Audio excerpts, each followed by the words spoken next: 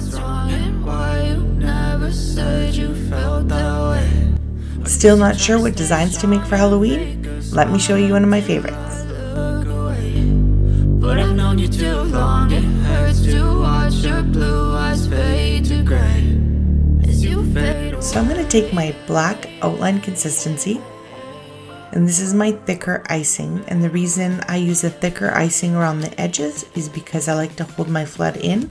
I like to work with a looser flood that kind of settles on its own.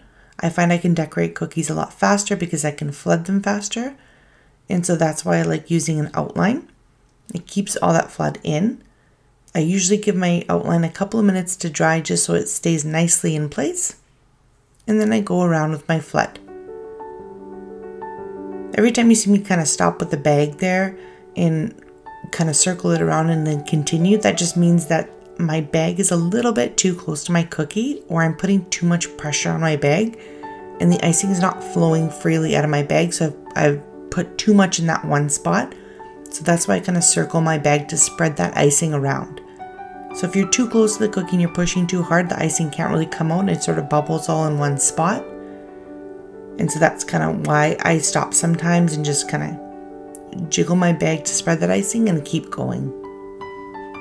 Next, I want to take my outline white consistency. So this is my thick icing again. I want to make sure that it holds its shape. And I'm going to draw a little skeleton here.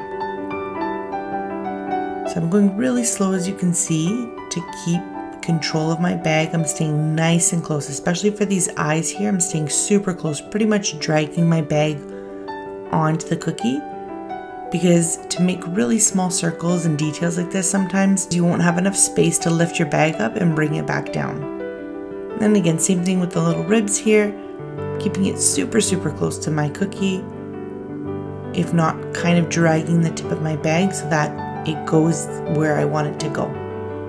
If you have a hard time freehand drawing like this and you don't have a projector, you can always practice a few times on a paper towel. That's what I like to do a lot, and I did practice this one a few times because I'm not the best. So don't feel bad if you can't do it the first time. It's great to do a few practice runs to get an idea of how big your design wants to be, how you want it to look, and so on, and get the feel of your bag as well. That helps a lot.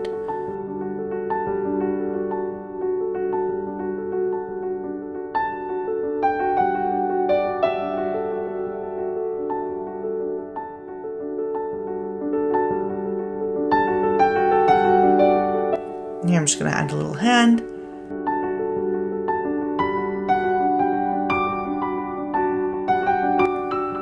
And here I'm just going to add a couple of lines for his mouth or his teeth. So again, really light pressure because these are such small, tiny little lines. This cookie's maybe about 3 inches across, so it's a pretty small cookie. So I'm just taking my time here and doing really light pressure. So here's a pumpkin I pre-made. I'll link the tutorial under the video in the description.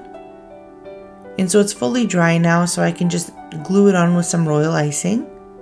So I put a tiny bit on the back. You don't want to put too much so when you squish it down that the icing doesn't come out the sides. You could use orange icing as well if you have it on hand. Probably camouflages a little bit in case it seeps out, but just trying to be really careful here. I got a little bit of seepage, but that's okay. And there you go, a cute little skeleton holding his pumpkin for Halloween. Hope you enjoyed it, and we'll see you in the next tutorial. Thanks for watching, and as always, happy baking!